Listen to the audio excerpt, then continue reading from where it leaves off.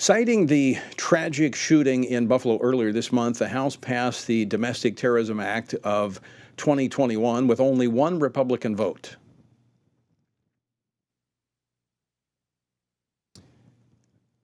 You know what I never hear from my constituents? I never hear from my constituents, oh, please give the Department of Justice more power. Please, Congressman Roy, will you please give the Department of Homeland Security more power? I just please. Please, Congressman Roy, will you please give the FBI more power? I want the FBI up in my grill. I want the FBI targeting my parents. I want the FBI targeting Americans for daring to question the holy grail of school boards. That was Texas Congressman Chip Roy earlier this year as the measure made its way through the House Judiciary Committee. Now, Senate Democrats will take up this bill this week in the Senate. Chuck Schumer yesterday saying he would schedule a vote on the bill. The bill will authorize special offices within the government to investigate and monitor domestic terrorism. But in an era where parents exercising their rights at school board meetings have been labeled as domestic terrorists, one can see how this act could easily be abused to target political opponents. Joining me now to discuss the concerns over this legislation is Congressman Andy Biggs. He serves as well on the House Judiciary Committee, and he represents Arizona's 5th Congressional District, and as I mentioned earlier, the former chairman of the House Freedom Caucus. Congressman Biggs, welcome back to the program. Thanks, Tony. Good to be with you. Democrats want to pass this Domestic Terrorism Act, but they're claiming that parents at school board meetings are terrorists. Is that not enough reason for us to be concerned about this? Well, you should be concerned for a lot of reasons, and certainly that's not the least of the reasons, but this gives expansive power and authority to intrude into the lives of Americans and to expand the surveillance state of these authoritarians on the left. They have a natural inherent idea of spying on people. They are only tolerant if you accept their views. So it's no surprise that parents who go to school boards and speak out against the leftist orthodoxy that's being indoctrinated in their children have been subject to surveillance. And actually, we've had whistleblower confirm indeed that people have been surveilled and targeted and labeled by the Department of Justice simply for going to public school meetings and speaking heterodoxy to this leftist mantra that's out there. So under this measure that gives more power to the government, it reminds me very much of the Patriot Act, which I oppose, and I know many Republicans embraced because, George W. Bush was president and it would be used, right? And I said, you have to look at this policy, separate from whatever administration may be in power. Of course, in this case, we can see how this can be abused. But the Patriot Act was abused by the Obama administration to track former President Trump and spy on his campaign. The definition of domestic terrorist, what is it under this legislation? Well, they've expanded it, and it's almost nebulous the way they've defined domestic terrorism. So, and that's not good. That's not good. Right. And you throw that into the Patriot Act, and I just want to remind people of what that happened. They used it to spy on Donald Trump, but it was more than that. Literally, when we went to reauthorize FISA, which I voted against because it's obviously an act that will provide for abuse. Within a week,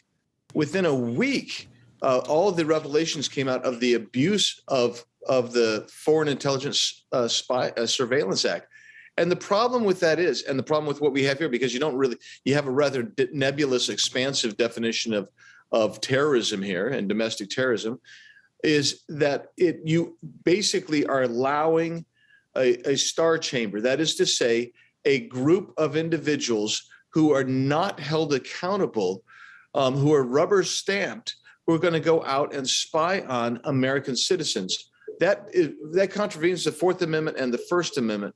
And and we just can't go there if we're going to remain a constitutional republic, recognizing that people have freedom. I mean, one of the things that you have said, I've heard you say before, is that our country is based on moral and religious principles.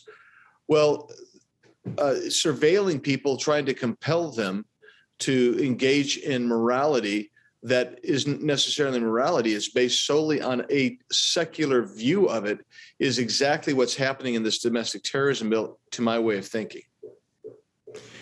Congressman, I think you're absolutely right. And to help connect the dots for our viewers and our listeners, the nebulous definition that's in here, it's all designed, going after white supremacists.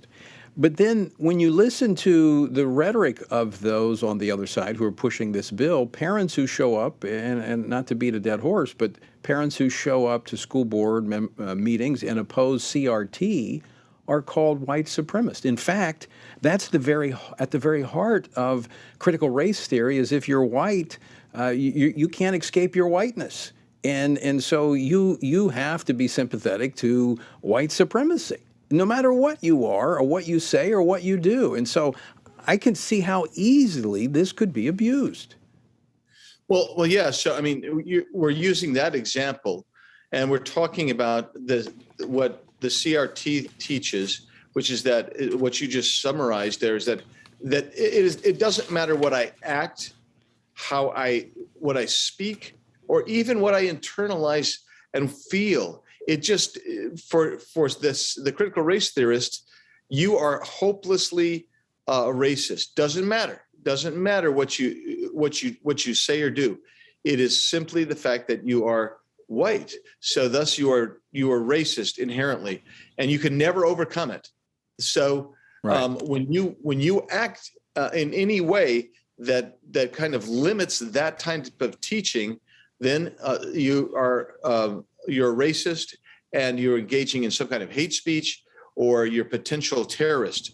And so when parents began showing up at school board meetings, and by the way, this when we talk about the expansion of this, we're talking about people who are just going. You could be at a college campus. You could be the most left-wing person teaching on a college campus, but if you're white, you're going to be deemed to be a racist. And beyond that, you could say something that doesn't fit exactly what they want, and now you're going to potentially be surveilled because of your accidental break with the whatever the dogma of the left is. Right. And by the way, Tony, that's shifting all the time. Right. Andy, before we run out of time, I want to make sure I understand this as well. This is it's HR 3350, right? Is that the bill number? And folks, it's over in the Senate now. I encourage you to contact your senator.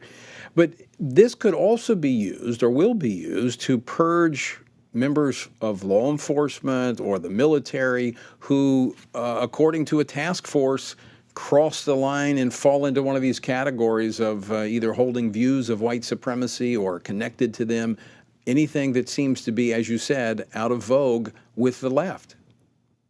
That's 100% correct. And don't forget, they've already started that. Remember, they wanted to go through the Capitol Police. They wanted to go through various police agencies. They've already started some of that in the military, going through trying to find anybody. And that's an old thing. I mean, they've already done a study before. It came back with virtually nobody falling into that category. But this is a dogma to them. This is actually it's more than that. This is the religious faith that they adhere to now. It's not God.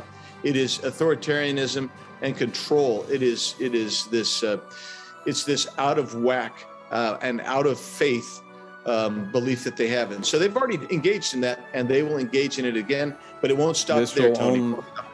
You're absolutely right. Andy, we're out of time. Thanks so much for joining us. Always great to talk with you. Yes, Tony, thanks. Take care.